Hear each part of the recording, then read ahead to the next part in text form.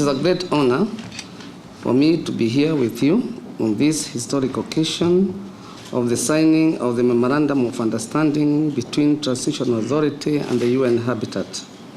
I'm especially gratified to note that the Executive Director, UN Habitat, Dr. Joan Klaus, has put the cooperation between the Transitional Authority and UN Habitat at the forefront of the agenda, as evidenced by his presence here today. Devolution is at the heart of the new constitution and a key vehicle for addressing spatial inequities.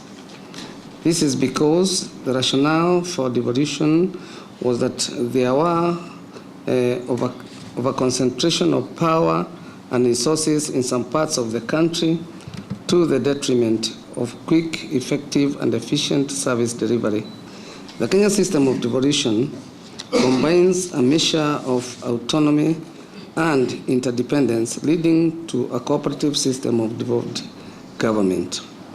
A cooperative system of government requires that both the national government and county governments embrace a system of consultation, negotiation, and consensus building in running state business. Ladies and gentlemen, the memorandum today is more concerned with urban areas and devolution. The Urban Areas and Cities Act 2012 provides for the classification, governance, and management of urban areas and cities. It further provides the criteria for establishing urban areas to provide to the principle of governance and participation of persons for connected purposes.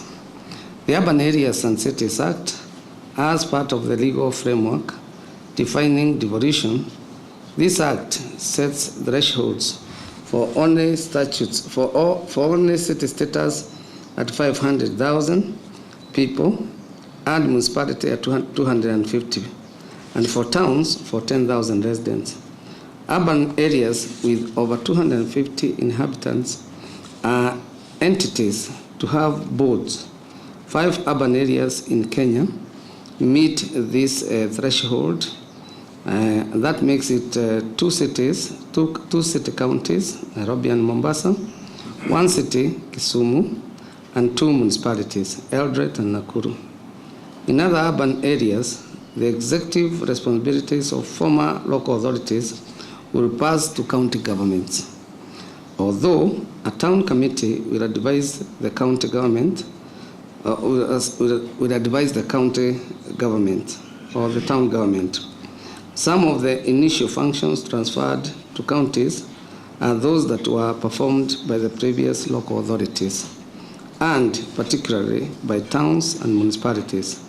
That is functions such as waste management, transportation, street lighting, housing, land survey, public works, or disaster management. His Excellency Honorable Uhuru Kenyatta, during the opening session of the 24th session of UN Habitat's Governing Council, explained that urbanization trends in Kenya appear to follow the global pattern of rapid urban expansion. In Kenya, a third of the population lives in urban areas, with more expected to join in the not-so-distant future. There is therefore a need to ensure that the rapid urbanization does not gallop ahead of planning, governance, sufficient housing, and jobs. Let me tell you a bit about our relationship between TA and UN Habitat. Ladies and gentlemen, the objective of the TA-UN Habitat collaborations are to document the new institutional framework and urban challenges at county and sub-county levels, mobilize stakeholders through a collaborative and participatory approach, that is organization of consultation and validation workshops to ensure stakeholders buy-in for the projects. prepare the requested technical assistance for urban legislation review and guidelines to deliver fast outputs on the priority actions agreed between the TA and UN Habitat. And 4, leverage the initial funds by developing a bankable project proposal for a comprehensive county urban development program. The UN Habitat, due to its ability to harness its repository of knowledge, will ensure that relevant tools and instruments for capacity assessment are developed to undertake capacity analysis and identify areas that require support. The collaboration between TA and the UN Habitat, therefore, focuses on the relations between the different levels of governments, especially counties with towns and municipalities, intermunicipal cooperation, and multi-level governance and planning as some of the major issues.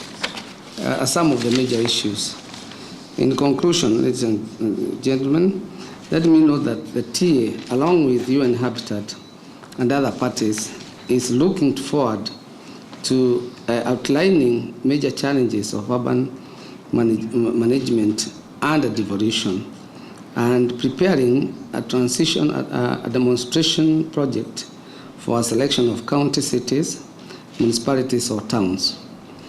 The idea is to build a relevant program through a consultative and participatory approach that mobilizes a wide range of stakeholders and ensures local ownership in urban planning.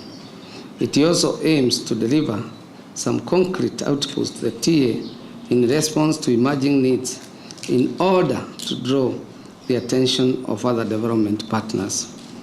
The Memorandum of Understanding to support urban governance without devolution, I am extremely honored to sign this historic Memorandum of Understanding between the Transition Authority and UN Habitat.